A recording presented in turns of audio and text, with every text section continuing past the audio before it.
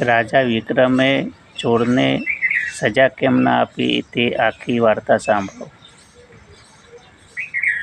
કે એક વખત રાજા વિક્રમ રસ્તામાં ચાલ્યા જતા હતા અને વૃદ્ધ રસ્તામાં રડી રહ્યા હતા. તો રાજાએ વિક્રમે પૂછ્યું વૃદ્ધને કે કેમ રડો છો? ત્યારે વૃદ્ધે કહ્યું કે મારે ચોરી થઈ ગઈ છે. એટલે રાજા વિક્રમે તપાસ શરૂ કરી. તપાસતા ચોર પકડાઈ ગયો અને ચોરને સજા ના આપી.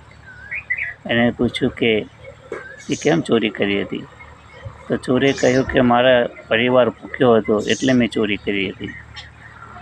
એટલે રાજા વિક્રમે તેને કામ આપ્યું અને વૃદ્ધને પૈસા આપ્યા. ત્યારથી રાજ્યમાં દયા અને ન્યાય બંને સાથે ચાલવા લાગ્યા. જય ગુરુ મહારાજ. વિડીયો સારો લાગ્યો તો લાઈક અને ફોલો કરજો. જય ગુરુ.